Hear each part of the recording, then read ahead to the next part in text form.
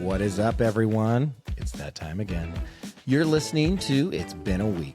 I'm your host, Ben McDonald, and this is your weekly dose of whatever the hell just happened.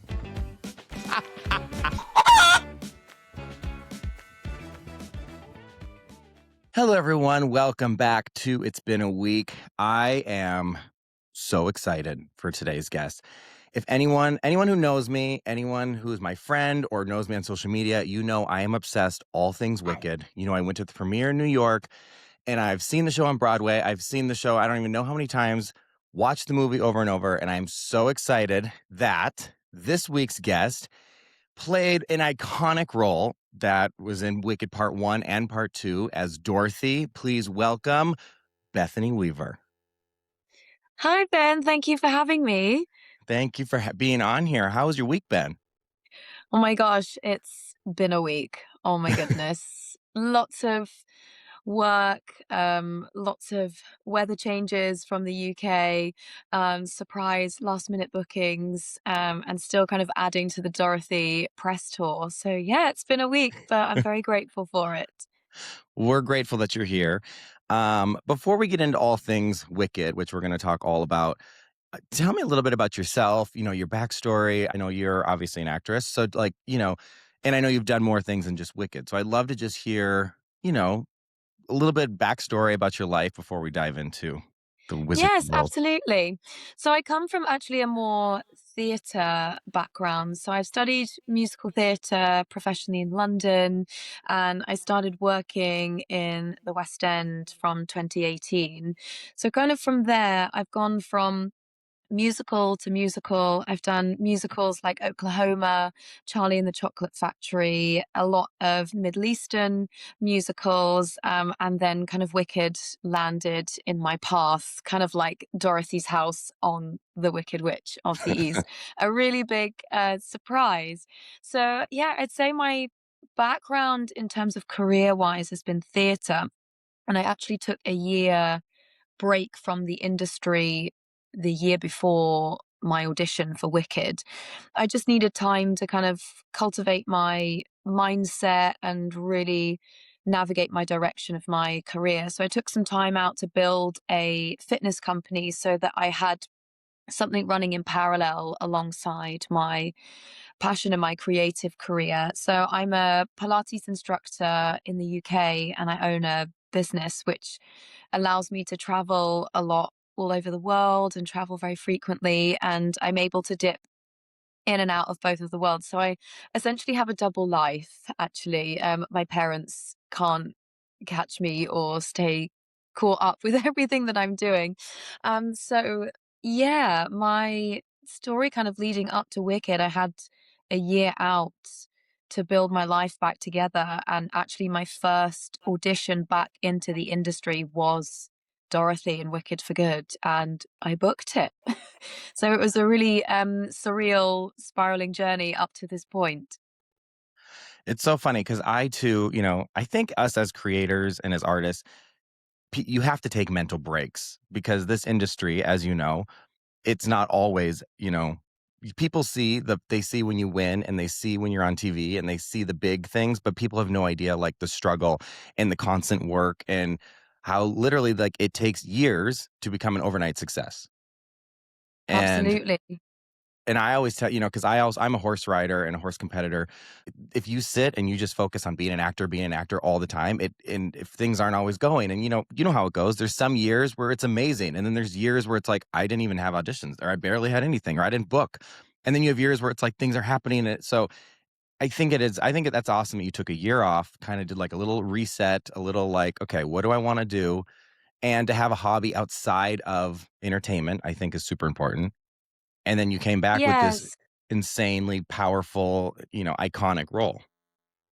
Yes, absolutely. And the older I get as a artist and an actress, you kind of realize that sometimes, especially when you're very early on in your career, it consumes your whole identity and your whole mental load, your whole physical load. And it's a constant kind of little tick in your mind. You're always thinking, what can I do? Oh, I should reach out to this person. I should go to this class. oh, I should book this masterclass with this really cool director. Maybe this will lead me into another path. But I think the older I get, actually, I realize I can have more than one passion. Like, a passion shouldn't be kind of a singular thing, especially for an artist. I think it actually, like you said, it gives you that mental break where you're able to navigate a new passion, or you still have that common ground of enjoying what you're doing. It's just not necessarily in the same room or even the same business. I'm lucky that my Pilates and my reformer and my bar training and my musical theatre coaching, and I even do wedding dance choreography. I'm still exercising that creative muscle, but I'm kind of bringing it to a different audience, or it's benefiting people in a different way.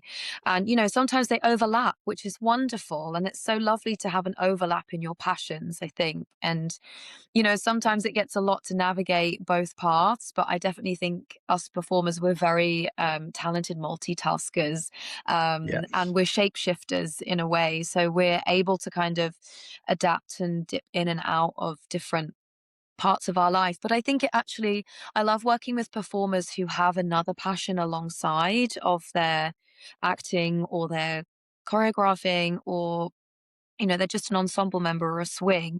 People who have other passions and other kind of strings to their bow. I just find them actually more interesting, and that you can even see shine through their performance. They just have a few more layers to their being, which I think is really vital. And I think that's why a lot of performers have second jobs. It makes you actually more exciting, both in the moment and then on the other side of the table, being an audience member to watch. So I'm very grateful that I have two kind of wonderful parallels running alongside each other. Sometimes they overlap, sometimes they're separate, and I'm okay with that. I love that. I agree because I think, I used to tell people, I'm like, I'm like the Hannah Montana. Like, I'm a horse rider and I'm an actor. I'm gonna have the best of both worlds. And there were so Yes. many people, like, growing up, they always, even teachers and, friends and friends' parents, and they'd be like, "You have to pick a path. You have to pick something." And I was like, "No, I don't. I No, I don't have don't. to." No. And honestly, like, I love what you said about how sometimes they overlap, because some of the best roles I've ever booked have been a horse rider. So Yeah. then I book, like, I did a commercial for an airline where I was riding a horse down the beach, or I did a movie where I was, this cowboy, and so sometimes I'm like, wow, it's my two worlds colliding, which Colliding. is so cool because, like you said, then you're bringing real life experience and all these things to then your craft and what you love to do, and it's just, I think that's where real magic happens. And I totally agree that people who have more hobbies or more things are just, they have more life experience, they're more cultured, they have more depth and layers. And what is it in Shrek? It's like he's like an onion, you peel back the layers, and Yes. there's all these, like, people are just so much more well-rounded and interesting than, I mean, when I lived in LA, I went to some of the best acting schools, and I'd be around these people who, they would breathe, sleep, dream, everything, just being an actor, being an actor, being an actor. And that was the only thing they had going, was acting. And if they didn't make it, or they would, it's like they would start to fall apart because they would do an audition and they would start spiraling. Like, why didn't I get a callback? Mm. Why didn't I do this? Should I have done that? And I'm like, I've always been the type, when I do an audition, I give it 150% and then I completely forget about it. Yes. And you focus on something else. You have to, because you're going to drive yourself crazy. I think it's so important, like you said, to have that kind of mental separation and boundary. Actually, it's really easy as an actor to throw boundaries out the window, and the line becomes really blurry. And like you said, it just consumes your whole being. You're just breathing, eating, acting, and that ends up actually all your conversation. That's the only dialogue you have to offer. And I think there's so much joy in being in the moment and really giving 150% to one thing, and then saying, okay, I'm just going to put down that pen and I'm just going to pick up another pen and start to write a different story on a completely different subject, a different person, and, seeing it through a different lens. And I think, just for mental well-being, just to have that separation and that boundary in place, I think as an actor is one of the biggest tools you can have in your toolbox. I agree. It it's so funny. When I was in LA, there's this joke, because you'd always tell people, like, "What do you do?" And when you say that, it means, are you an actor? Are you a producer? Are you a director? Are you a writer? Now, living in Texas, when you say, like, "What do you do?" It's like, Oh, I'm a hairstylist. Oh, I do, I'm a photographer. It's like there's so much more. Oh, I'm a stay-at-home mom. There's so many more things. But when you're in this like entertainment bubble, what do you do? It's just such of like, what do you do? What have you been in? It's like it's everything is based on your success or not And success. It's such credentials. yeah. Yeah, and I'm not a big fan of that personally. Mm-mm. I love I love to just talk to people about them. I don't necessarily want to know what shows they've done, what movies they've done all the time. Sometimes it's nice to talk about if you're in that kind of networking bubble and you're kind of discovering different flavors of people from the industry. But sometimes I really don't care if someone's done like Hamilton, although I love the musical, it's sensational, it's iconic. Um, I kind of want to know, like, what's your hobbies? I did Charlie and the Chocolate Factory in Monaco. I was the assistant choreographer and in the show. And my wonderful dance captain, who I had, she's a phenomenal dancer and performer and artist. But then we spent a lot of time together and she loves to read like me. She makes cards and sells them. She really is interested in traveling. And, and then we were talking about politics over different parts of the world. And I love that because, when you're in the rehearsal room, as you know, it's very intense. Um, you have to really streamline your focus specifically to what you're doing. And for me, I had two hats on. I had a creative hat and I had a performer's hat. And, I'm having to have two types of brain in one noggin. So I was very much, it was very intense. And the last thing I wanted to talk about once 6 p.m. hit was, oh, so is my track this? Oh, what are we doing tomorrow in this scene? Oh, can you just can we do this and this? And it's just nice to have that, right, finish work now, put that boundary, go to the pub, talk about people's interests. And, I think it's actually a really lovely way to get closer as that kind of theatre or show family. As you probably know, when you do a job, and naturally, as performers, I find we're chronic oversharers, which I'm okay with. I Yes. love it when people overshare. I know no limits. So, you just get to know people really quickly and you make a deeper connection with them. And then again, that's another layer on stage. It's so much more playful and um, bubbly. So yeah, I agree. I think people who have hobbies and performing and being an actor isn't just their identity. I really love people like that, but I also respect people who are on that journey where they are just On the really grind. hungry. Yeah, and I respect Yeah. that. I love that discipline. I think that's amazing. um I'm an absolute stickler for routine. If I don't have routine, I question my whole life choices and I wonder if I should have been a teacher. So I respect that. Absolutely. But I've really learned over the years to have that work-life balance. We're not taught that as performers, and we're most certainly not taught that at school. But then, it's a real kind of preach within, very much in social media and just day to day life, having that work life balance. It's really difficult as an actor and a business owner as well, juggling several plates at once. But, I think the older I get, the more I cherish kind of time to slow down, spend time with my family. My partner lives in another country, so that forces me to switch off and spend quality time with him. And unfortunately, he's in Dubai at the moment where everything's a Oh little no. bit chaotic, but he's safe, which is wonderful. So, yeah, I think it's really important to have that boundary and switch off and talk about something else. Right. Well, first of all, I'm glad that your boyfriend is safe, and I hope that he stays safe because that's crazy what's happening in the world right now. Yes, me Um, too. Thank God it's the Dubai government are very efficient and y- very fast acting. So that's good. Good to yes. know. I mean, so scary.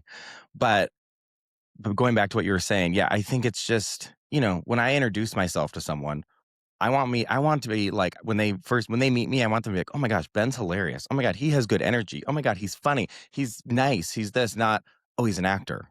There's so Mhm. many other things we have to us that we Yeah. happen to be actors, but there's like, I ride horses, we do this, we do that. And then it's like, oh, and I'm an actor.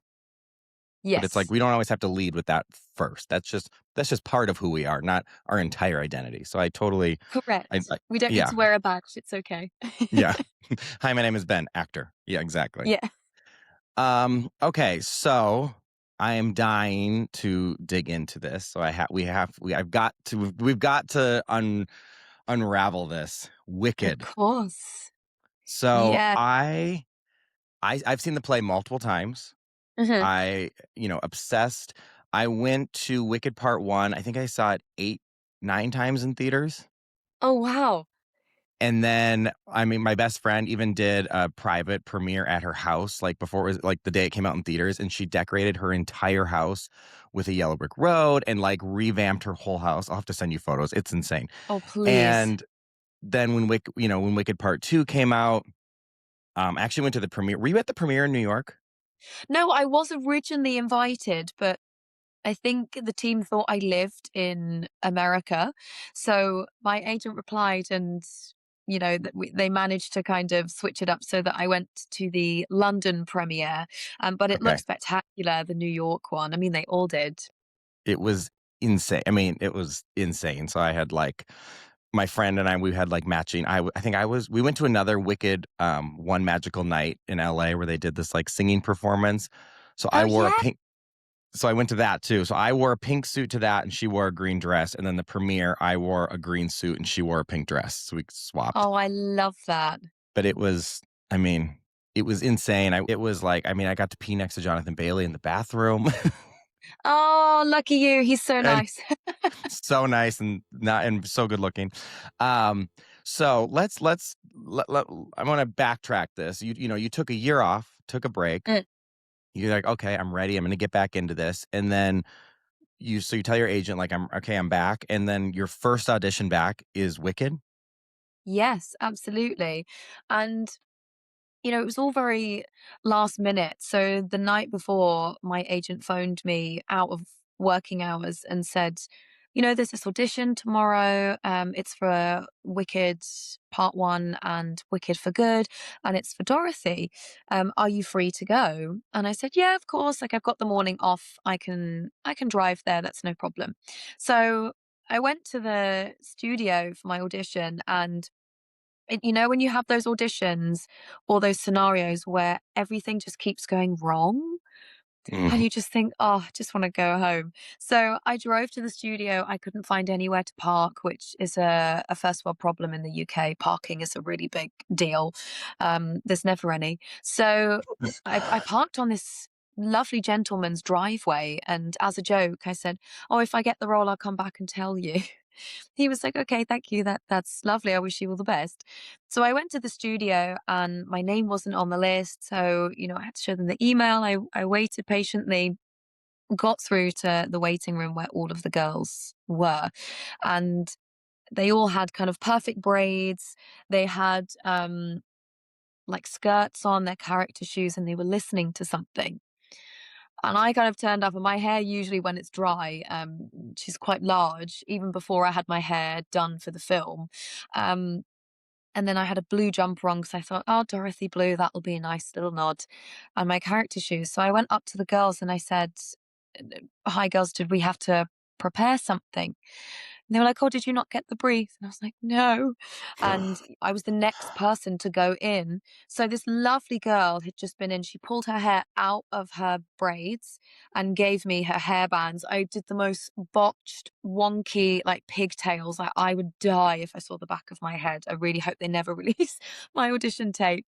And another girl very kindly walked me through what we had to do. So we just had to, some music played and the classic scene or silhouette of Dorothy throwing water over the witch, which is in the musical and in the movie.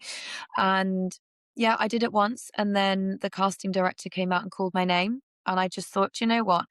What will be, will be. If it's meant to be, it's meant to be. I'm just going to go in and do what I think is right in the moment. And for anyone who knows me personally, I'm a chronic planner and over preparer.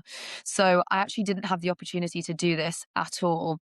And I think this is a really big reason why I got the role, because I just went in, I was sat speaking to Tamsin and the casting team. I think we were talking about Legally Blonde because it was on at Regent's Park in the UK at the time. And I really liked the rug in the studio. So I asked them where it was from because I wanted one for my Pilates studio. And then I went and I just said to them, I'm really sorry, like I wasn't sent any of the brief. And they were like, oh, do you need a minute? I was like, no, do you know what? I'm just going to do what I think is best in the moment. And so they said, okay. So I went and did it. And then again, I left the audition and didn't think anything about it. And then 3 days later, my agent phoned me and they offered me the role of Dorothy in Wicked Part One and Wicked for Good. And the casting director said it was the moment that I walked into the room that they were like, oh, we found our Dorothy.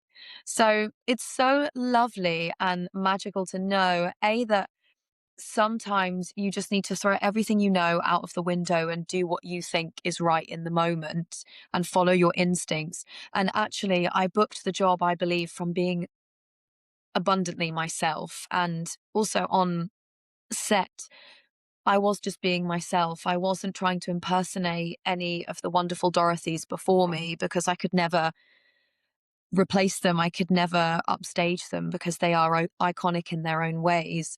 So, each time I stepped onto set, I really held that kind of value and that kind of mantra that you're here because of who you are and you are the right fit in the right pair of eyes.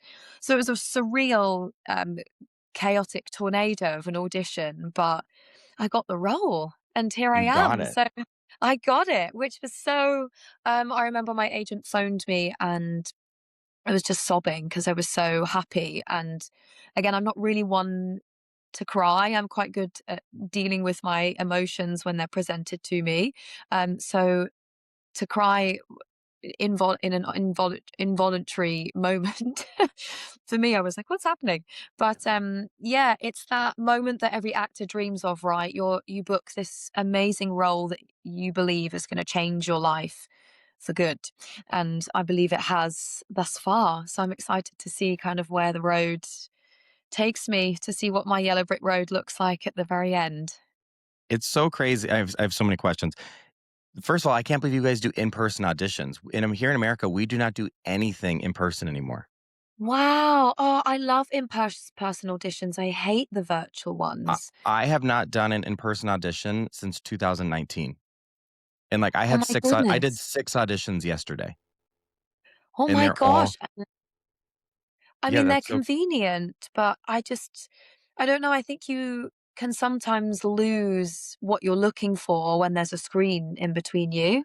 well, you just said you booked the role when what made me think of it is I'm like, you booked the role when you walked in, and we lose Mm, that opportunity now. Like, I don't get the because I used to always here's the benefit. The benefit is I don't have to live in LA or New York. I can live wherever I want and I can audition everywhere. mm. But the bad thing is I don't get to go in and be like, "Oh my god, I love the rug. Oh my gosh, Legally Blonde is playing." Oh my and then you book the role when you walk in. They don't see my energy and charisma. They see when the tape starts and then that's it. So that I think is such an important thing that you're like that you booked the role when you walked in. Yeah. When you do a self tape, you don't get that opportunity. Correct, I agree. And, I agree that, it's wonderful that it opens up this opportunity that you can live wherever you like. I live outside of London. I live in this lovely bubble of a place which is by the river. It's very green, it's very calm. So whenever I go into London, it's more I can deal with that hustle and bustle for a short period of time and then I can escape and go home Yeah. to a lovely calm place where all the blossom trees are out and I can hear the birds singing, not trains.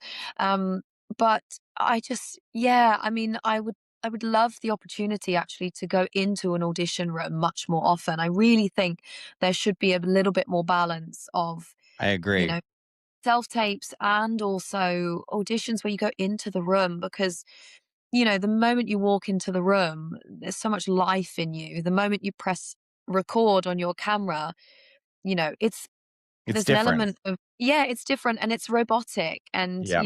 there's so much room to overthink and think, oh, the lighting's not right and my hair looks weird and And you do oh 27 takes and which one's the best one to yeah, send and yeah. Yeah. And then you're like, "I'm not being paid for this." Right. Exactly. I Yeah. know. Yeah, When it's you for the audition, did you have was there lines or was it just more of like the action and like the energy and the essence of Dorothy? yeah, so it was more the kind of the energy, the movement, the mannerisms. I think whilst I was speaking to Tamsin and the team, I think they were picking up for the way I moved, the little idiosyncrasies that I have, and then also behind the silhouette as well. I think that was very shape and movement based. And, although Wicked, it's not Dorothy's story, um, I really appreciate that they took so much time and effort to kind of put the right shape of Dorothy, not physically, but symbolically within the movie and within the narrative. And I'm really grateful that they kind of expanded Dorothy's screen time, essentially, because she's an important part of the story. A lot doesn't happen without her, although she's a bit of Right. a rascal. Um, she's a very, very important presence in the movie. So, when I was on set, I was really lucky. John M. Chu is one of the most incredible directors I've ever worked with. And Chris, the choreographer, I wasn't given a huge amount of kind of movement or choreographic direction. I was allowed to kind of play and experiment and bring my own essence of Dorothy into the role as long as I went from A to B. And I didn't kind of look at the camera, which obviously as an actor, we know that's a big no-no. But, yeah, it was a I lovely love the audition. way even like when you grab the broom and it's like this, this jumping for joy. Like I got it. There was like this moment where you feel the energy of Dorothy, but like that wasn't I'm assuming that wasn't written like, "Oh, get it and then jump and do this." Like you embodied this character and made it like you could feel her excitement that I got the broom. Okay, now I'm going back to the wizard. It was such Yes, a and now I can go home. Yeah, I mean, that was a lovely day on set, actually, when we shot me throwing the water over the witch and collecting the broom and exiting. And I had no idea that the camera shot was going to be almost through like the little crack in the door through the perspective of Glinda, which I thought was genius. And when I was on set, so it was just me, and the lovely film crew, and, there were so many ideas and, "Oh, let's try this and let's try this," and we did this lovely shot of me jumping up and down and almost like jumping in a circle, and you could just see my shoes and my dress moving. Unfortunately, it mm. didn't make it into the movie, but, there were so many, like, lovely playful moments, and you see that innocence of Dorothy is that she almost kind of doesn't recognize what she's done. She's killed somebody and then she's stolen their broom and then she's celebrated and then And has the left. shoes. Yeah, exactly. And Yeah. there's an incredibly like taunting symbol about Dorothy, specifically to Elphaba. And I love how John has really leaned into there's a really specific um part of the original Wizard of Oz, the original book, which my version of Dorothy is based on for rights and legal purposes. Um, there's a section where Elphaba is trying to catch a glimpse of Dorothy's face, and she just sees like ever so slight of her profile, and it really angers her that she can't see her face. Like she wants to put a face to the name of somebody who's stolen her sister's shoes, and she's kind of creating a wave of chaos in a very innocent fashion throughout Oz. So it's such it was really lovely how they leaned into that. And I didn't intentionally lean into that, but I really wanted to bring that innocence and, like pure joy of Dorothy, especially with the way the world is going at the moment, as we just previously talked about. I think the world needs Dorothy right now, and not necessarily her, but what she represents. She's full of joy, she's very accepting, she meets lots of people along the way, and she still says, "Come with me, let's go this way together. I want to help you." So I think, the world needs someone like Dorothy right now. So I feel so honored that I'm able to share my experience of Wicked through kind of the Dorothy lens, specifically at this moment in time in our reality. Yeah, I totally agree, and I think that whole movie there's so many, correlations to the world, and there's, Mm, that movie is so much deeper than just, "This is a musical about the Wizard of Oz," like, there's so many more deeper meanings about everything, which we could spend hours talking about, but, the character of Dorothy, Judy Garland obviously is one of the most iconic roles of any film in history. yeah. Judy Garland playing Dorothy is probably one of the most recognizable roles. Did you have any, like, kind of nerves or, like, how do I do this in the right way? Or, like, what went through your head being like, holy shit? Because, they kept your name secret for a long time. Like, they Yes, did they not did. release who was playing Dorothy, and they also did not release, because in Wicked Part 1, we just kinda see you walking down the yellow brick road, there's not a ton of Dorothy. In part in Part 2, I really do love how, I thought they did it so tastefully in the I sense that agree. they didn't show your face, which I'm sure as an actor was like, I would have been like, "No, no, don't you're sure you don't wanna show this?" But I thought, like, as a viewer, because I when I was that was one of the biggest parts going into part 2 is I'm like, "Oh my gosh, who's Dorothy? Is this is this another A-list actress that's gonna do it? Is it gonna be all about her? What are how are they gonna play this off?" And the fact that they did it, I just thought it was so tasteful how we never really saw your face. Yes, So, I I guess agree. the question my original question was, did you have the nerves and all the stuff that you were gonna play such an iconic character? And then the second part of the question is, how did you feel about not showing your face in this film? Yes. So I'll start with the second part first and then weave Okay. into the first part. Um, I was of the full awareness that they weren't going to show my face. So as a musical theatre performer myself, I've seen the Wicked stage show. And actually, when I was filming, I thought, gosh, they're filming so much of me in comparison to Wicked the musical. I mean, gosh, you don't even see her blue gingham dress in the stage show, especially in London anyway. You just see her silhouette and she's kind of gestured off stage. Um, so I was under the assumption that they weren't going to show my face, but I also kind of loved that, not only because, it's Elphaba and Glinda's story and it leans into why Elphaba is just so upset and angry at Dorothy. I mean, for many reasons, which are very apparent in the movie. From the moment you see Dorothy, you see me for the first time. Just, the look in Elphaba's eyes is just, you know, terrifying. So, yeah, but also I loved kind of the way that they didn't show my face and the way they concealed me.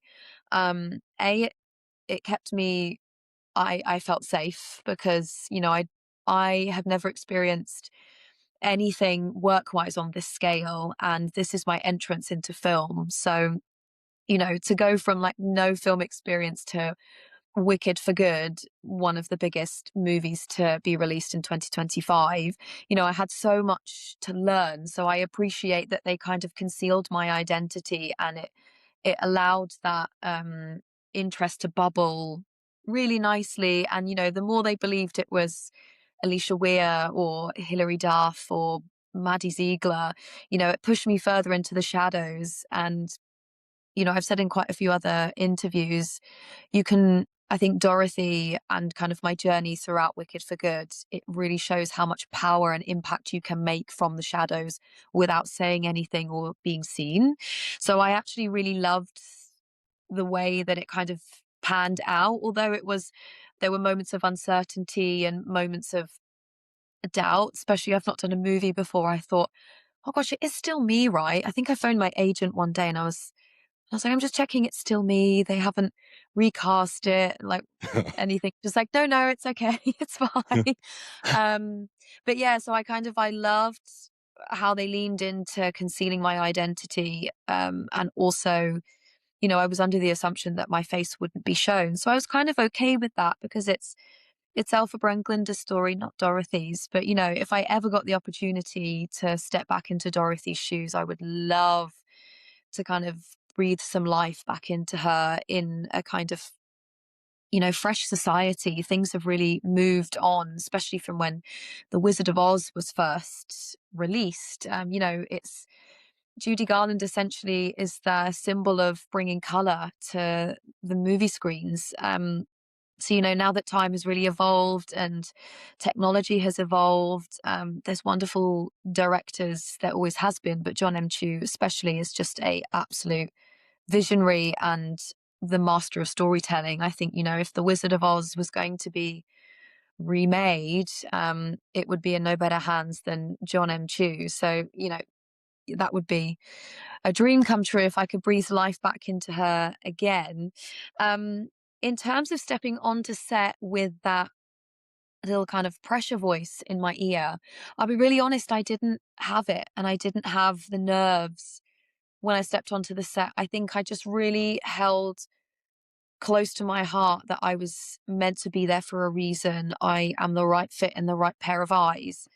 I'm never going to be able to step into the shoes of Judy Garland. I know there's wonderful Dorothys like Diana Ross and lots of other wonderful actresses who have played her, but Judy Garland is kind of the pinnacle symbol of Dorothy.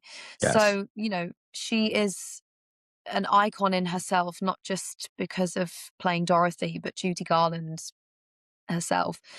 So I never had the pressure of I need to be like this person. I need to make sure I do this. I need to make sure I do this. I very much stepped onto the set and just kind of said to myself, okay, you're meant to be here. You have been picked to do this role because of who you are. So why would you do any different?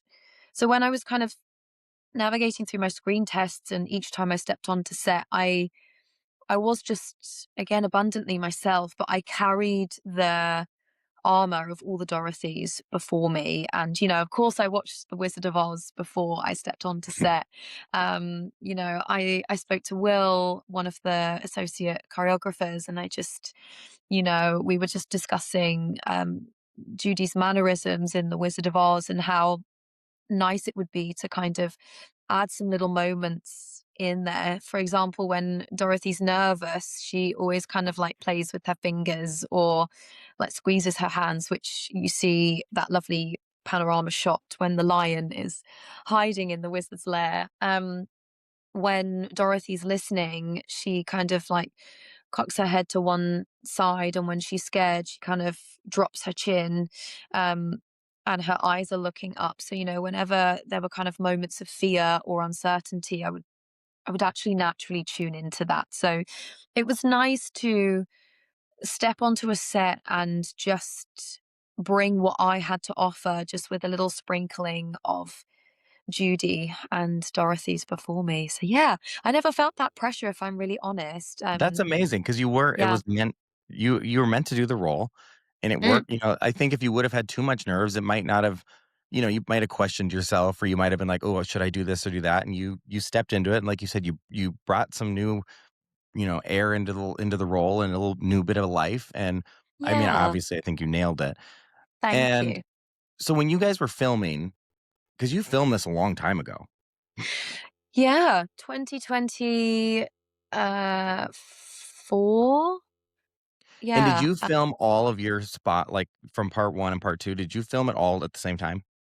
Yes, we did. So we filmed part 1 and part 2 together. So one day I'd be in and we'd be filming the opening of part 1, and then I'd come in the next week and we were on a night shoot filming The Witch Hunt.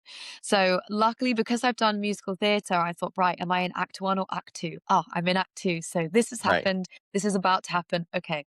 So it was nice to have variety. So it meant I got to see a lot of people. I spent a lot of time with Johnny and Ethan and Amari, who is the body of the lion, the hero gentleman who was on those stilts for about 2 years, being the body of the lion, which is CGI'd. And yeah, I loved all the time that we had together. It's that iconic duo and Toto. So it was Of course. nice to, and it was lovely actually. um, when I was on a set for when we did the witch hunt, we had loads of crowd members there, like 300 crowd members. And then I'd spot Wow. someone from drama school, and then I'd spot somebody else from an audition I'd done and made friends with like 2 years ago, and then I spotted someone actually that I'd been to a wedding with the week before. So Oh my gosh. it was so cool to just Reunion. and yeah, and one thing that I really love about the community in the UK, particularly in the arts, is when you see someone succeeding and you see someone thriving and you see someone have their moment, everyone is very quick to congratulate you and say, I'm so happy for you. And they mean it. And, Yeah. I think as actors, we know when people don't mean it when they say they're happy for you. They'll find another. 1000%. Yes. They'll find another way to say it, or their mouth will say one thing, their eyes will say another. And yeah, so it was really lovely to kind of delve into part one and then, catapult into part two the week after. And, like watching how, for example, Ethan doing his screen test, and then the week after we're doing the wizard's head, and seeing how he's kind of transformed, not only just through his appearance but also through his acting choices. And it's just really lovely to watch actors bring different choices and flavors to the table, because you learn so much by watching other people, right? Mhm. um and Always. yeah, so I had a lot of opportunity to observe and watch. Anytime I could watch behind the monitor, there I was. I got to watch Cynthia melt, which was a masterclass in itself. I got to watch actually the scene before, no, the scene after Dorothy leaves and Ariana and Cynthia are kind of having their kind of conflict, and before they have a little fight. So I got to watch all of that, which was such a gift. And I really treasure moments like that because I learned a lot from watching, and I can't wait to kind of carry those skills forward into another potential role. That would be a And I dream mean, to come true. watch such big actors and then on such a big production, it's magical. I've explained to people before, there is no adrenaline rush like an adrenaline rush on set, Mm. and it's gotta You just want to be. bottle it up and sell Yeah, it. It's it's just it's it's just so magical. fun. Yeah. How long did it take you to film? Like, how long was your portion? Well, I think in total it was maybe about 2.5, 3 weeks, but that was spread across like a year and a half, because Yeah, naturally we had the actors strike as well. of And I'm course. very glad that got resolved. Just different kind of locations in the film, when they need Dorothy, when they don't. So yeah, my filming was, very short and sweet, but stretched out along a year and a half. So, I kind of carried the experience with me for a really long time. And then, there's the waiting process. I went back in May last year to film the extra scene where you see Dorothy being picked up by the monkeys, um, So did you actually which do was that? I did. That is me. They are my legs flailing, and that is my scream, my 30-year-old lungs. Oh my So, gosh. yeah, that was a wild day on set. So I've never gone up in wires before, and I'm wearing a harness underneath my dress. I had a wonderful stunt coordinator, and yeah, I mean, it was funny because in film, again, something I didn't realize, because in theatre, naturally, there's not the budget for it. I didn't know a stand-in was a thing. Yeah, So yeah. I actually turned up my first day on set, and there was someone dressed as Dorothy, and me being me, I thought, oh, is that in case I don't do a very good job, this girl will do it. So I said to Lorna, who was looking after my hair and makeup, I was like, so is this the lady who, if I don't do a good job or they need her for something else, she will be Dorothy? She was like, no, that's your stand-in. And I was like, what do you mean? And she said, oh, like just for lighting and walking through the scene so that you don't have to do it. I was like, "Oh, this is a big budget film, my goodness." Fancy now, So fancy. yeah, because coming from theatre, you have covers, you have understudies, you have swings, so I thought, "Oh, so if I You don't do do a your very own good job." blocking and you have to figure out all your own stuff. Yeah, I know, I Yeah. write my own traffic in, like, I do, yeah, like, so, I'm not I wasn't used to that, luxury, so it was lovely, and turns out the lovely lady who was my stand-in went to my drama school. She was 2 years above me. Oh my So it was gosh. really lovely, to kind of, cross paths with people. But, in the day on set when I was being pulled up in the wires, um, my my stand-in essentially was a sandbag because there was this massive crane that came over, and then there was a sandbag attached to the top, and then it just dropped, and they unclipped it, and they were like, "Right, okay, this is where you're gonna be." I was like, "Oh, okay." So I had a man just pulling me old-fashioned way, up in the air when I was doing that shot, and, the it's beautifully shot with that bird's eye view and, that kind of panic that Dorothy's portraying when she's picked up by the monkeys. And How high John, up did you have to go? um, I'm not too sure. I'm not the best at measuring to the But, point like, where high? yeah, I would say, yeah, quite high. Okay. Um, yeah, but it was okay. Like it wasn't too um scary, and I don't mind heights, so it was fine. But yes, it was quite high, and there was a big fan blowing behind my dress to replicate the wind. And John was like, "Oh, can you be a bit more frantic, a bit more terrified?"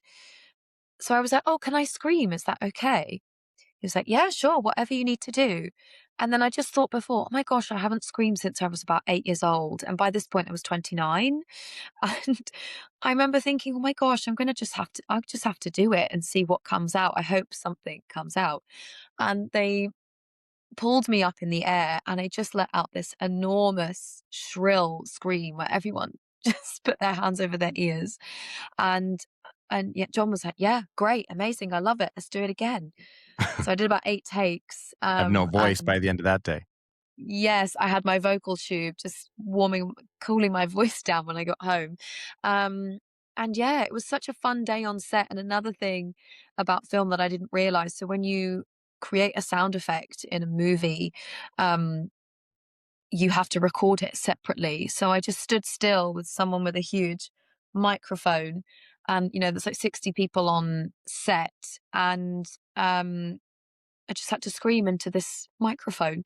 So and then that was the end of my Wild. day, and once I finished, I was like, "Okay, I'm done now." And everyone just clapped and was like, "Yay." And then end of my work day, my mum was like, "What did you do at work today?" "Oh, I was pulled up in wires and I just had to scream." She was like, "Oh, okay, Easy great. day. And you were Easy paid?" "Yeah, day. easy day. I'll do it again tomorrow." So yeah, that was probably one of my favorite days on set apart from being on the yellow brick road. So yeah, it was, oh, what an experience. I'll carry it with me forever.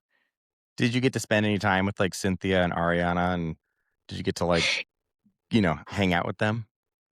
Yeah, I mean, mostly on set. So it was really nice that they actually made the effort to come and speak with me and, chat and say, "Hi, how are you?"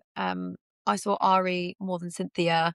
And, Ari always made the effort to come up and say hi and give me a hug and say, "How are you? I hope you're okay." And yeah, it was really lovely. And, obviously I went to the Wicked premiere in London, so I got to see Johnny again, which was lovely, and some of the other actors, and just kind of say like, "Oh, hi, this is what I look like without braids and a blue gingham dress on." It's funny at the premiere, lots of people didn't recognize me because I wasn't in like my braids and my dress, so a lot of people kind of were staring at me for a little bit and then You're like, realized who "Wait, I who are you?" was. Yeah. Yeah, I was like, "Oh, Dorothy in the movie." "Oh, yes, yes, yes." So it was really nice to speak with them. They're all lovely people, and I think there was just a general air of kindness and humility on set, actually. No matter how huge somebody was, everyone was so kind, and we were all on the same page and the same level. So, Wicked for Good has set the bar very, very high. Was it hard to keep this a secret? Um, Not Because, like, you couldn't tell particularly. anyone, right? No, not particularly. I read my contract and my NDA, and I was like, "Oh, I really can't tell anybody." So I told only kind of my immediate family and my partner because they need to know where I'm going in this lovely black Mercedes every day. Um, And yeah, I didn't even tell my wider family actually. I really just kept it under wraps. And yeah, I was quite nervous and apprehensive actually because I've never done anything like this before. So I thought, oh, I better not tell too many people, otherwise I'll get in trouble. Um, so yeah, it was a surprise to actually a vast majority of people in my life that I was playing Dorothy in the Wicked movie. And yeah, so it's nice to finally be able to share the work I've done and share that it's me, behind those kind of like little clip clop shoes and the little braids and blue gingham dress. So it's nice to um, not have to keep it a secret anymore and to have a voice, definitely. Yeah. Is there any, like, behind the scenes or secrets or anything that you can share that's like, Wicked fans would die to know that happened? Ooh. When we did our screen test, myself, Johnny, and Ethan, we were on the yellow brick road and we did the classic "We're off to see the wizard" skip down the yellow brick road. So that was surreal to kind of relive that moment, especially for those who are Oz fans as well. And then kind of very random fact. So we had a real dog. We had Oscar who played Toto, and he is a wonderful, wonderful actor actually, and just general dog. He was wonderful. And in my basket, I mean, luckily no one can see in any of the shots, but my basket was full of dog spam. So I would just feed him all day so that A, he would wait until John shouted action, and B, he would then kind of be rewarded with doing the shot really well.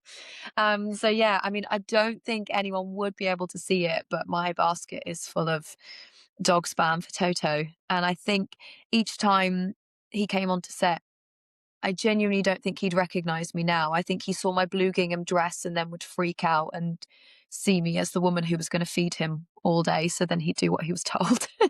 Oh my god, So that's yeah, hilarious. I know. So like a really iconic moment and then also a very random moment for any dog lovers out there. Lots of treats for Toto. Yeah. Another very, very important question. Did you ever go back to the guy's lawn that you parked on his driveway and tell him you booked the role? No, I didn't. I really, really need to do that. I really hope I can remember where it is. And yeah, I think I'd be too afraid to knock on his door, but I think I'd definitely post a little letter through the door and just be like, "Oh, remember I parked on your drive. I I got the booked it. role. I booked That's it. amazing. Thank you for letting me park there." So yeah, maybe one day I'll venture back and send him a little letter. It's amazing. So I think it's time now we do breaking point.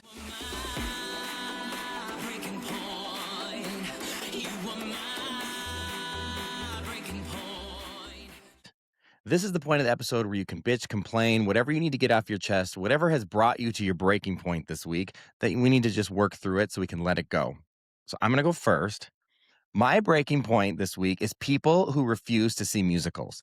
I think it's absolutely ridiculous. I think especially these men and these straight men that are like, I'm not seeing that musical. You have no idea when you go see these movies. Musicals are some of the best movies out there. They're some of the best plays out there. And just because they're singing and dancing, it does not take you out of the story. It is not too feminine or gay to go see that. The musicals are some of the best movies. I mean, hello, Wicked, Mamma Mia, The Greatest Showman. I mean, the list goes on. Their musicals are some of my favorite movies, and if you don't like them, then you can shove it. That's my breaking point of the Yes. week. I agree, absolutely. Oh my gosh, I mean, do you know what? Musicals are the best. The They're such best. a yeah, they're such a, like, pocket of escapism. Why would you not want to do that? You My know what I playlist, mean? like, if you were to go on my Apple Music and see what I listen to, it literally ranges from, like, Beyoncé to Wicked, and then it's, like, probably, Hilary Duff and Hannah Montana, and then it's, like, Dear Evan Hansen. Like, I have such a wide range of music interests, but I mean, I get so obsessed with musical soundtracks. Me too, and I think also being a musical theatre kid, it makes your music taste so eclectic, so you can have, Hades Town to then, like Sienna Rose or then to, There's Nat King storytelling in Cole. it. Yeah, it's storytelling. I think it also being a musical theatre kid can really sharpen your musical ear and like you really spot good quality music. Mhm. My obsession at the moment is Olivia Dean. Oh my goodness, I'm coming to LA next week for an event and I keep praying to God that she's there just so I can just tell her how much I love her and that her music gets my clients through the pulse section in my reformer classes. Oh my Totally. goodness. Yeah. I think that's another thing because, like, I'm a big spin person, and you're with Mm, the Pilates. I think music really helps working out 100%. because, like, I can't go like, I used to do yoga, but it was so, like, quiet and zen.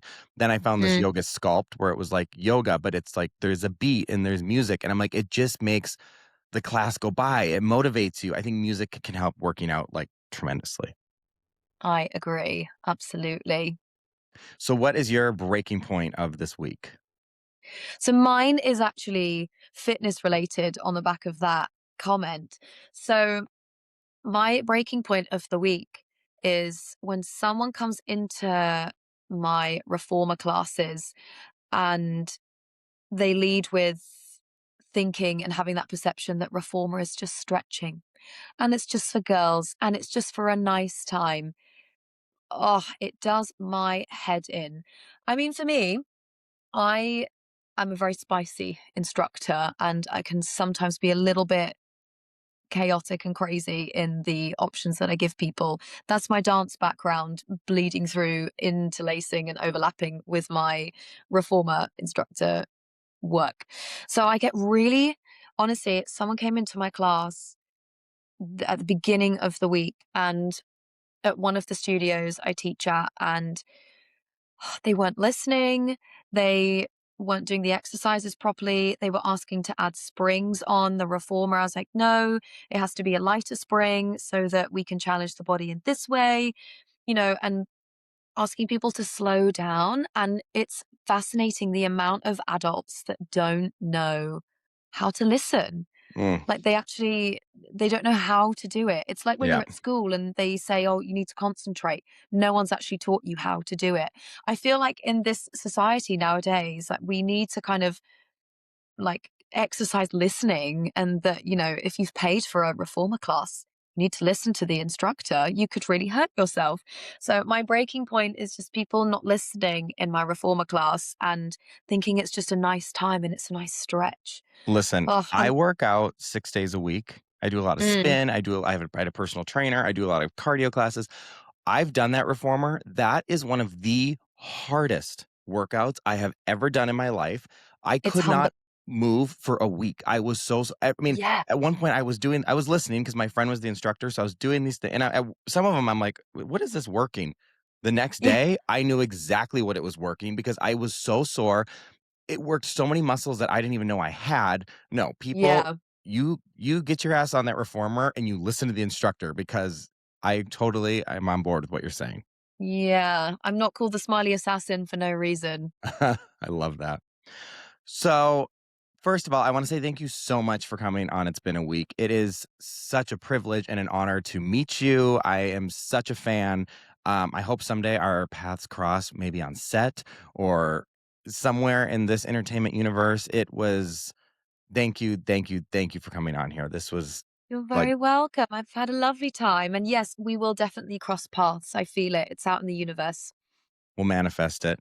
And for everyone out there, if you have not seen Wicked, you have to go see Wicked. See Wicked Part 1, see Wicked Part 2, see Wicked on Broadway, whatever you got to do, see Wicked. And if you need someone to watch it with, I'm available because I will watch it anytime, anywhere, no questions asked. Bethany, thank you, thank you, thank you. This was amazing. And for everyone else, I will see you next Tuesday.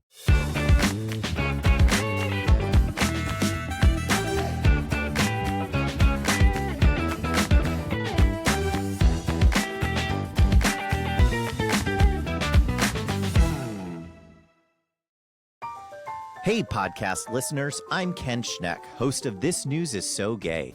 This News is So Gay is a weekly roundtable where LGBTQ plus journalists discuss issues at the forefront of national dialogue.